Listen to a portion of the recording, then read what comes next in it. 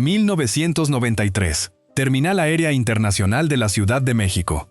Una dama habituada a ingresar por el acceso principal, cubierta de fragancias costosas, lentes oscuros y el peso íntegro de su propio mito, avanza rumbo a su vuelo convencida de que aún domina la escena. La multitud la observa, algunos la identifican, otros apenas murmuran su nombre: Guadalupe Contreras Ramos. El timbre que transformó la angustia en canto colectivo. La artista a quien la nación bautizó como la Leona Dormida. De pronto 20 agentes federales le cortan el camino. No cargan álbumes para autografiar. Traen una orden de aprehensión por evasión de impuestos. Y en apenas instantes, ante periodistas, curiosos y trabajadores del aeropuerto, el bramido se transforma en mutismo.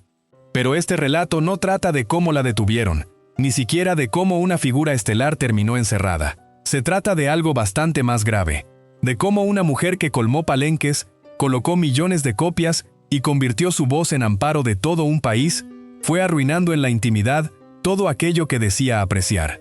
De cómo la celebridad no bastó para cubrir el hueco interior, de cómo la riqueza no consiguió comprar sosiego, y de cómo una madre terminó abandonando a sus propios hijos frente a una lesión que tardaría décadas en sanar. Hoy descubrirás 4 revelaciones que transforman por completo la percepción pública de Lupita D'Alessio. Primero, la niñez que la fracturó antes de que supiera protegerse, el padre que resolvió por ella y la pérdida que le desgarró el espíritu cuando apenas era una cría. Antes de continuar, si este tipo de historias te atrapa, suscríbete a Artistas al Descubierto para no perderte lo que sigue. Segundo, el instante preciso en que el triunfo dejó de ser una conquista y comenzó a asemejarse a una huida. La noche en que decidió marcharse y dejó detrás no solo un matrimonio, sino también a sus vástagos. Tercero, la dependencia que consumió 20 años de su existencia, las riquezas que se disolvieron, los hombres que la rodearon y el modo en que el veneno terminó filtrándose en su propio hogar. Y cuarto, la escena que su familia nunca logró borrar, el momento en que comprendió que estaba a punto de perderlo todo de manera definitiva. Pero para comprender cómo un timbre tan poderoso pudo ocultar una ruina tan personal, primero debemos regresar al inicio, porque esta desgracia no surgió sobre un escenario. Nació en un hogar donde Lupita descubrió muy temprano que el cariño también podía asemejarse a una celda. Antes de que la nación conociera a la mujer que subía a las tablas y parecía rugir desde lo más profundo, antes de los trajes relucientes, antes de los discos dorados, antes del nombre que acabaría convertido en símbolo de sufrimiento y temple, existió una pequeña llamada Guadalupe Contreras Ramos. Y esa niña no llegó al mundo en libertad. Nació dentro de un esquema donde otros resolvían por ella, donde incluso sus talentos venían acompañados de un mandato, donde el afecto familiar podía parecerse demasiado a un encierro. Su papá era Alfonso D'Alessio, apodado Poncho, un hombre de carácter firme, de presencia arrolladora, de mando indiscutible, escritor, locutor, fundador de la influyente XW. No era simplemente el jefe de familia, era una institución dentro de casa. Uno de esos varones que no consultan qué anhela una hija, uno de esos varones que proclaman el porvenir como si fuera una condena. Y cuando Guadalupe llegó con paladar hendido, la lesión física que en otro hogar habría despertado protección, en el suyo fue leída casi como una marca de fábrica. No como una fragilidad para cuidar, sino como una particularidad práctica, como si el sufrimiento ya trajera consigo un propósito. Porque mientras otras chiquillas soñaban sin ser vigiladas, ella crecía bajo una mirada que ya la iba esculpiendo. Sus progenitores insistían en que esa condición la volvía especial, que ahí estaba el sello de una gran cantante, que ese era su rumbo. Pero el rumbo que Guadalupe deseaba no incluía micrófonos ni reflectores. Anhelaba practicar ballet, quería nadar, quería competir, aspiraba a los Juegos Panamericanos, quería, aunque fuera una vez, escoger algo que le perteneciera solo a ella. No la dejaron. Detente un instante en esa idea. Una niña dotada, sí, pero también con anhelos propios, con un cuerpo que quería moverse en otro sentido, forzada a convertirse en el proyecto emocional de su clan. Mientras el mundo, años más tarde, vería a Lupita D'Alessio como una mujer indomable, lo que en realidad se estaba gestando en silencio era algo más complejo. Una mujer educada para obedecer antes de aprender a decidir. Una hija preparada para entonar lo que otros deseaban escuchar, incluso mientras por dentro se iba vaciando. Y aún así, resultó. Claro que resultó. El timbre estaba ahí, El temperamento estaba ahí, la fuerza estaba ahí. Muy pronto la figura pública comenzó a erigirse como un monumento. Pero cada bloque de ese monumento ocultaba una renuncia. Cada ovación tapaba una pequeña derrota íntima, porque el triunfo público de Lupita crecía al mismo compás que su quiebre interior. Cuanto más la admiraban afuera, menos espacio parecía quedarle adentro para reconocerse sin la mirada ajena. Luego llegó 1971. Tenía apenas 17 años. Demasiado joven para entender del todo el amor, demasiado joven para cargar sola sus propias heridas, demasiado joven para distinguir entre una elección y una huida. Y fue entonces cuando apareció Jorge Vargas, un actor de 30 años, un hombre ya formado, con experiencia, con peso, con una diferencia de edad lo bastante amplia como para volver aún más dispareja esa relación. Ella se casó. Muchos lo llamaron romance, otros lo vieron como destino, pero en el fondo se asemejaba más a una fuga, a una salida desesperada de la sombra paterna. Cambiar una autoridad por otra, canjear una prisión por otra con mejor decorado. Y entonces, cuando parecía que al menos la maternidad podía otorgarle un centro, la existencia la golpeó con una dureza casi imposible de describir. Su primer hijo, Jorge Francisco, murió apenas 28 días después de nacer. 28 días. Ni un mes entero. Ni el tiempo necesario para que una madre terminara de comprender el milagro que sostenía entre los brazos. El bebé se fue por un virus y dejó tras de sí algo más que duelo. Dejó una fisura profunda, húmeda, irreparable. Porque hay mujeres que superan una pérdida así, pero jamás vuelven a mirar el mundo del mismo modo. Ese fue el verdadero origen de la catástrofe. No la sustancia, no los escándalos, no el dinero que desaparecería después. Fue ahí, en la niña que jamás pudo elegir, y en la joven madre que tuvo que despedir demasiado pronto a su hijo. Ahí comenzó el veneno. Todo lo demás llegaría más tarde. 1978. Madrid se rindió ante una mujer que parecía forjada de fuego. Lupita D'Alessio subió al escenario del Festival OTI y cantó como tú, con esa combinación de rabia, herida y autoridad que solo poseen las voces que no ruegan, las voces que acusan. Cuando terminó, el aplauso fue instantáneo. Después llegó el galardón, luego los contratos, luego las giras, luego el dinero, luego la consagración. El país ya no veía solo a una cantante, veía a un fenómeno. Veía a una mujer capaz de transformar el despecho en himno continental. Veía a la intérprete que podía llenar teatros, dominar cámaras y estremecer una sala con una sola frase. Si sientes que esta historia empieza a ponerse intensa, este es un buen momento para suscribirte a Artistas al Descubierto, porque lo que viene revela una cara mucho más oscura de la fama. Pero mientras afuera todo crecía, adentro, algo comenzaba a corromperse.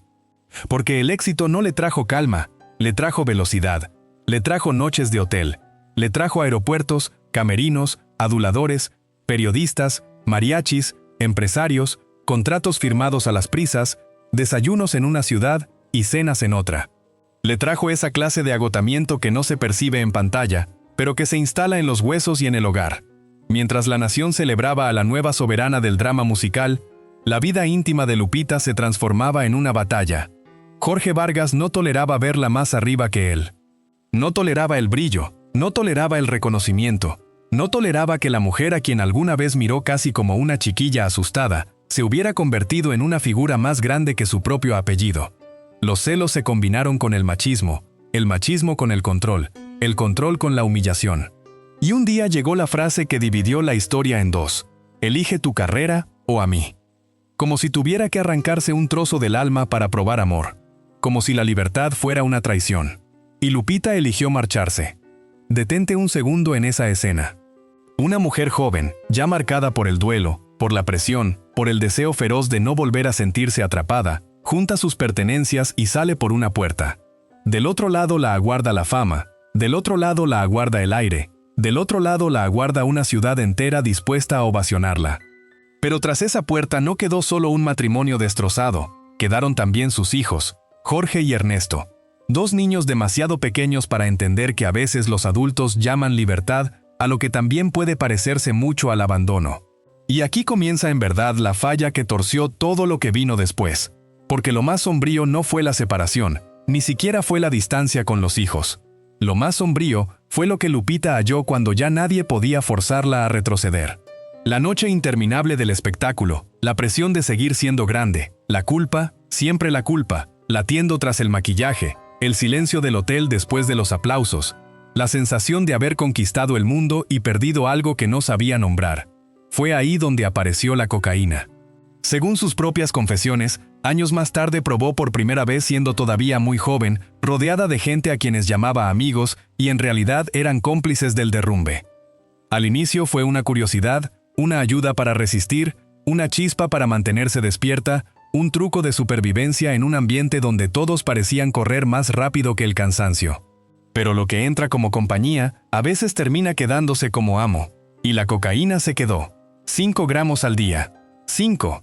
No una noche perdida, no un desliz, no una etapa breve que se borra con vergüenza y tiempo. 20 años.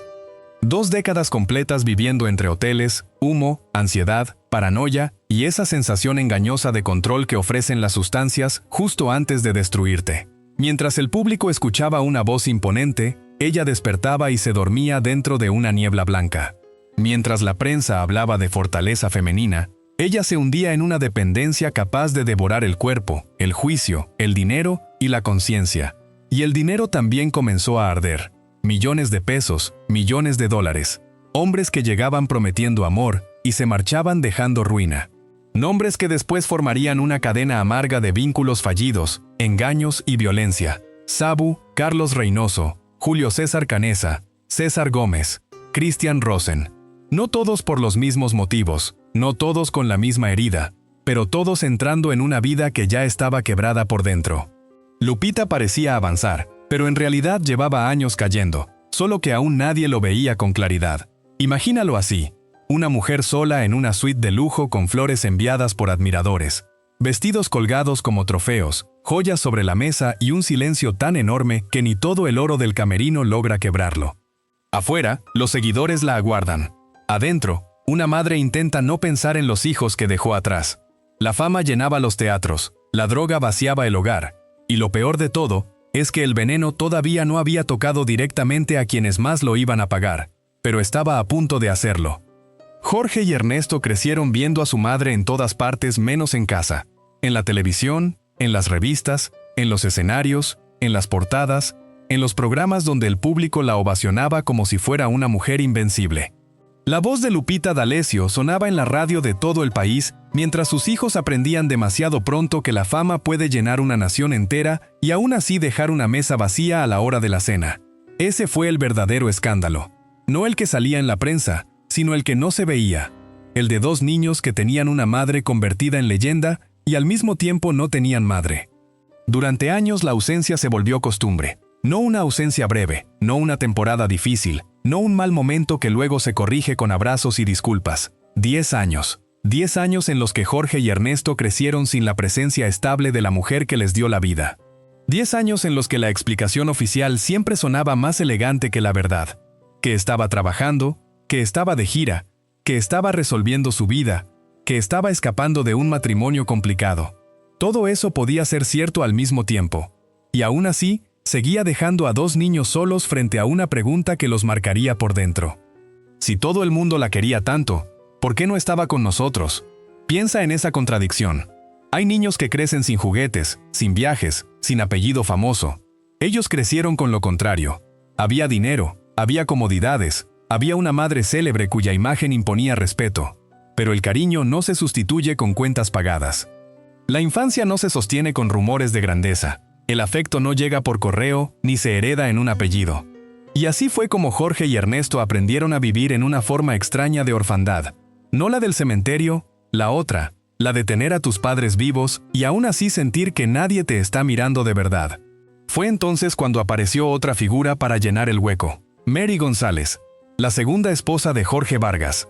Los niños terminaron llamándola mamá, no porque la sangre cambie de nombre, sino porque el corazón infantil busca refugio donde puede. Mary intentó darles orden, ternura, rutina, algo parecido a una orilla firme en medio del caos. Pero ni la mujer más generosa del mundo puede borrar del todo la marca que deja una madre ausente. Uno puede aprender a sobrevivir al abandono. Lo que no siempre puede es dejar de preguntarse por qué ocurrió. Y luego vino otra fractura, Otra de esas decisiones que los adultos toman usando palabras correctas para encubrir dolores brutales. A los 13 años, Jorge fue enviado a un internado militar en Canadá. Disciplina, formación, futuro, educación, las palabras sonaban impecables. La realidad era otra. Un adolescente arrancado de su entorno, enviado a un país frío, ajeno, distante, en una etapa de la vida en la que más necesita pertenecer a algo. Imagínalo por un momento. Un muchacho con el apellido D'Alessio, con una madre famosa en México, caminando por pasillos extraños, rodeado de reglamentos, horarios rígidos y silencio emocional.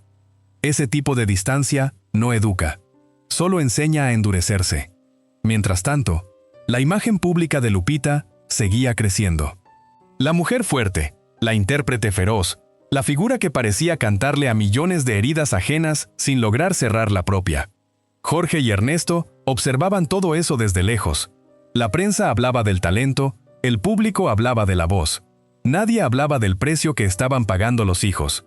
Nadie veía que detrás de cada aplauso se iba formando poco a poco una rabia sorda, un hambre de atención, una necesidad desesperada de ser elegidos por encima del espectáculo, por encima de las giras, por encima del ruido. Eso hace el abandono cuando se instala temprano. No siempre grita, a veces espera. A veces permanece quieto durante años, como una grieta bajo la pintura, hasta que un día se extiende por toda la pared. Jorge y Ernesto no crecieron en la miseria material. Crecieron en algo más difícil de explicar y mucho más fácil de heredar. El vacío, la sensación de no haber sido prioridad, la sospecha de que el amor, cuando por fin aparece, puede volver a irse sin avisar. Y lo peor es que esa historia todavía no había llegado a su punto más sombrío, porque después de tantos años de distancia, cuando por fin pareció que la madre regresaría para reparar lo roto, lo que estaba a punto de ocurrir no sería una reconciliación, sería algo mucho más peligroso. El hueco que dejó la ausencia ya había crecido demasiado, y alguien estaba a punto de intentar llenarlo con veneno. 93, Aeropuerto Internacional de la Ciudad de México. Mientras sus hijos arrastraban desde hacía años una infancia agujereada por la ausencia, el otro gran edificio que también comenzaba a derrumbarse era el dinero. Y no cualquier dinero. Hablamos de millones, discos vendidos por cientos de miles, contratos, giras, presentaciones, regalías. Una maquinaria de éxito que durante años pareció inagotable. Lupita D'Alessio no solo había conquistado la radio y los escenarios, había construido una fortuna. Pero la cocaína no destruye de golpe, destruye como la humedad, se filtra por debajo, permanece callada, pudre las paredes, y cuando por fin alguien lo advierte, la casa ya está vencida por dentro. Porque mientras el público seguía viendo vestidos relucientes, maquillaje impecable, y una mujer que parecía tener el control absoluto de su destino, la realidad era otra. Cada noche de exceso costaba dinero. Cada madrugada perdida costaba dinero. Cada hombre equivocado costaba dinero. Cada decisión tomada en medio de la paranoia, del cansancio, del vacío y del miedo costaba dinero. Y alrededor de Lupita comenzó a formarse el tipo de ecosistema que siempre surge cuando una estrella deja de distinguir el amor del interés, administradores que sonríen demasiado, asesores que firman rápido, gente que promete resolverlo todo, gente que huele la fragilidad ajena como los depredadores huelen la sangre. Según su propia historia, Lupita firmó papeles sin mirar, entregó facultades sin medir el riesgo, otorgó poder a quienes supuestamente debían protegerla. Era más sencillo dejar que otros se encargaran, más sencillo seguir cantando, seguir consumiendo, seguir corriendo. 3 compañías quedaron bajo control ajeno. 3 estructuras que debían resguardar su patrimonio terminaron convertidas en conductos por donde el dinero comenzó a escaparse. Y mientras eso ocurría, ella seguía creyendo que todavía había tiempo, que todavía había fondo, que todavía quedaba algo sólido debajo del desastre, hasta que un día, ya no. Recuerda la escena del inicio. Los agentes acercándose. El nombre real pronunciado en voz alta, Guadalupe Contreras Ramos. No Lupita, no la leona dormida, no la estrella Guadalupe, como si la ley no estuviera arrestando a una figura pública, sino arrancándole de un golpe el disfraz que la había protegido durante años. La acusación era evasión fiscal. El periodo investigado abarcaba de 1986 a 1990. 4 años. 4 años de omisiones, desorden, firmas, delegaciones, irresponsabilidades y confianza depositada en manos equivocadas. Y aquí está lo más brutal. A veces el golpe más duro no viene del gobierno, viene de la gente a la que tú mismo le diste las llaves. Después de la investigación, Lupita descubrió una imagen casi perfecta para explicar toda su tragedia financiera. Una caja fuerte intacta, sin golpes, sin forzaduras, sin cerraduras rotas. El dinero había desaparecido, pero el metal seguía impecable. Eso solo significa una cosa. Quien vació ese lugar no entró a la fuerza. Entró con la clave, entró con permiso, entró desde adentro. Y no hay traición más elegante ni más sucia que esa. La de los que te roban sonriéndote, los que te vacían la vida mientras te llaman jefa, amiga, reina, hermana. Luego vino la cárcel. 15 días en un penal de mujeres. 15 días que para una mujer acostumbrada a la amplitud de los escenarios, debieron sentirse como 15 años. Ella misma hablaría de un encierro sin aire, de una sensación de asfixia, de un lugar donde el cuerpo sigue vivo, pero la dignidad se encoge. Imagínalo por un instante. Una cantante adorada por multitudes, encerrada en una celda, repasando una y otra vez las decisiones que la llevaron hasta ahí. No es solo el castigo legal, es la humillación, es el derrumbe del personaje. Es entender que el dinero que debía protegerte ya no está, que los abogados cuestan, que las multas cuestan, que cada minuto de libertad recuperada vale una fortuna que quizá ya no existe. Todo lo que había ganado con la voz comenzó a irse por grietas invisibles. Honorarios, deudas, impuestos, traiciones, adicciones, hombres equivocados, firmas mal hechas. La ruina no llegó con un disparo, llegó en cuotas. Y sin embargo, ni siquiera eso era lo peor, porque el derrumbe financiero todavía podía contarse en cifras. Lo que venía después ya no se mediría en millones, ni en contratos, ni en propiedades perdidas. Se mediría en algo mucho más insoportable. En el instante exacto en que el veneno que había arrasado con su dinero terminó entrando de lleno en su propia sangre familiar. Cuando Jorge y Ernesto volvieron a la vida de su madre, lo que debía parecer una segunda oportunidad se convirtió en el momento más sombrío de toda esta historia. Piensa en eso. Después de 10 años de distancia, después de la ausencia, después del abandono, después de crecer con la sensación de que el nombre de Alessio pesaba más en los periódicos que en la intimidad de un hogar, esos hijos regresaron, y uno podría imaginar una escena distinta. Una madre destruida por la culpa abriendo los brazos, una familia intentando reconstruirse despacio, una mesa compartida, una conversación pendiente, un esfuerzo, aunque fuera torpe, por reparar lo irremediable. Pero no fue eso lo que encontraron. Encontraron otra cosa. Encontraron un hogar donde el veneno ya vivía como si fuera un miembro más de la familia. Encontraron una casa elegante por fuera y enferma por dentro. Encontraron a una mujer famosa, sí, poderosa todavía ante las cámaras, sí, pero tomada por una dependencia que ya no distinguía entre placer, costumbre, anestesia y condena. Ese fue el instante en que la tragedia dejó de ser solo personal y se volvió hereditaria, porque hasta entonces la cocaína había destruido a Lupita.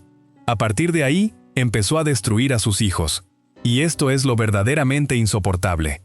Según los propios testimonios que circularon después, Jorge y Ernesto no conocieron la droga en la calle, ni con traficantes, ni en fiestas lejanas, ni a escondidas de los adultos. La conocieron en casa. La conocieron donde debía existir protección. La conocieron en el mismo espacio donde una madre tendría que haber puesto límites, no puertas abiertas. El primer contacto con la marihuana, el primer acercamiento a la cocaína, no llegó desde el mundo exterior.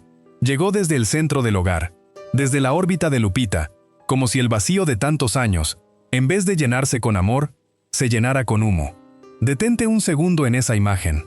Una madre que ya había sido herida por su propio pasado, una madre que ya había dejado cicatrices en la infancia de sus hijos, y ahora, en vez de cortar el ciclo, lo profundiza. La víctima convertida en transmisora del daño, la niña que no pudo elegir convertida en la mujer que arrastra a otros hacia su propia ruina. Ese es el punto exacto donde una biografía deja de ser solo triste y comienza a volverse moralmente insoportable. Pero todavía falta lo peor, porque una cosa es que el veneno entre en casa, otra, mucho más brutal, es que casi cobre una vida ahí mismo. Una noche, en medio de ese ambiente descompuesto, Jorge sufrió una sobredosis. Cayó. Su cuerpo comenzó a reaccionar de manera alarmante. Convulsiones, espuma en la boca. La escena no era simbólica, era real, era física. Era el cuerpo de un hijo colapsando frente a su propia madre por aquello que jamás debió haber conocido. Y ahí, en ese instante, toda la historia de Lupita D'Alessio quedó reducida a una sola pregunta. ¿Cómo se llega a esto? ¿Cómo llega una mujer a ver a su hijo desmoronarse frente a ella por el mismo infierno al que ella misma lo acercó? Lo que vino después fue una mezcla de terror, desesperación y cobardía. No llamaron de inmediato a una ambulancia, no pidieron ayuda profesional en el acto. El miedo al escándalo, al qué dirán, al golpe mediático, fue más rápido que la lucidez. Intentaron resolverlo dentro de la casa, como si todavía se pudiera controlar algo, como si el desastre aceptara negociaciones, como si bastara el pánico para corregir años de destrucción. Y ahí está la imagen que convierte esta historia en algo imposible de olvidar. Un hijo al borde del colapso, una madre tratando de reanimarlo, la familia entera enfrentando el reflejo más monstruoso de sus propios errores. No era solo Jorge luchando por volver, era la casa entera enfrentándose al resultado final de todos sus silencios, de todas las ausencias, de todas las decisiones equivocadas, de toda la droga consumida para no sentir, porque al final, la droga siempre cobra dinero, cobra salud, cobra memoria, cobra paz, y a veces, casi cobra sangre. Ernesto entendió en ese instante algo que probablemente ya intuía desde mucho antes, que aquello no podía seguir, que la historia familiar estaba entrando en una zona sin retorno, que el apellido, la fama, los discos, los aplausos y los contratos ya no servían para ocultar nada. El daño estaba ahí, respirando, convulsionando, exigiendo una decisión. Y esa noche, aunque nadie lo supiera todavía, marcó el principio del fondo absoluto. Porque después de ver a un hijo caer de esa manera, solo quedaban dos caminos. O seguir negándolo todo hasta terminar sepultados en la misma oscuridad, o aceptar por fin que la destrucción había llegado demasiado lejos. Después de aquella noche en que la familia entendió que el desastre ya no era una amenaza, sino una presencia instalada en la casa, todavía quedaba un tramo más cruel. Porque a veces tocar fondo no sucede una sola vez. A veces el abismo tiene pisos, y Lupita D'Alessio todavía tenía que conocer el último. Los años 2000 no llegaron para ella como una etapa de calma, ni como una madurez luminosa, ni como la oportunidad de ordenar lo que había quedado roto. Llegaron como llega el cansancio a los cuerpos que han vivido demasiado tiempo en guerra. La mujer que durante décadas había dominado escenarios con una voz de hierro, empezó a parecerse cada vez más a una sobreviviente. Ya no era solo el dinero perdido, ni los matrimonios rotos, ni la culpa acumulada como una piedra dentro del pecho. Era el cuerpo. El cuerpo siempre termina hablando cuando la conciencia ha pasado demasiados años mintiendo. 20 años de cocaína no desaparecen sin dejar huella. No se evaporan como una mala noche.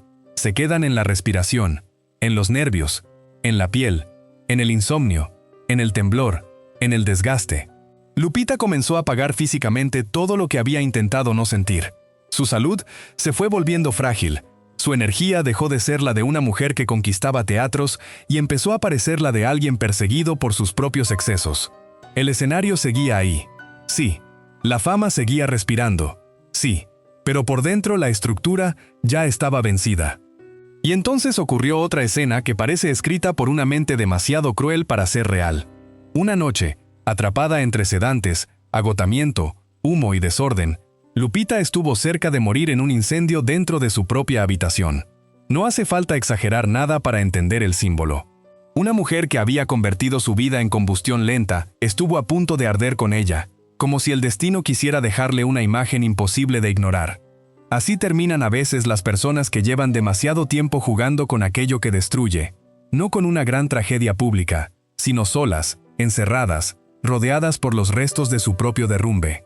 Pero ni siquiera ese susto bastó de inmediato, porque el punto más bajo todavía estaba esperando. Año 2007. Ya no quedaban demasiadas máscaras por sostener. La euforia era un recuerdo cansado. La casa estaba llena de ruinas invisibles. Los hombres que habían pasado por su vida ya no podían ofrecer salvación. El dinero no resolvía nada. La fama tampoco. Y en ese escenario final, Lupita se encontró a sí misma en silencio, con una aguja en la mano, al borde de cruzar una línea que ni siquiera la cocaína había terminado de cruzar.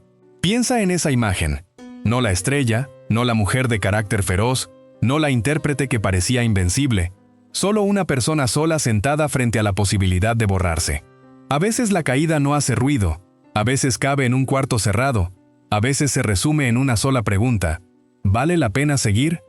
Y fue ahí donde algo por fin se quebró de otra manera. No hacia abajo, hacia arriba, porque por primera vez en mucho tiempo, Lupita no se vio a sí misma como el personaje que el público esperaba, ni como la mujer fuerte que podía soportarlo todo, ni como la víctima de un pasado injusto.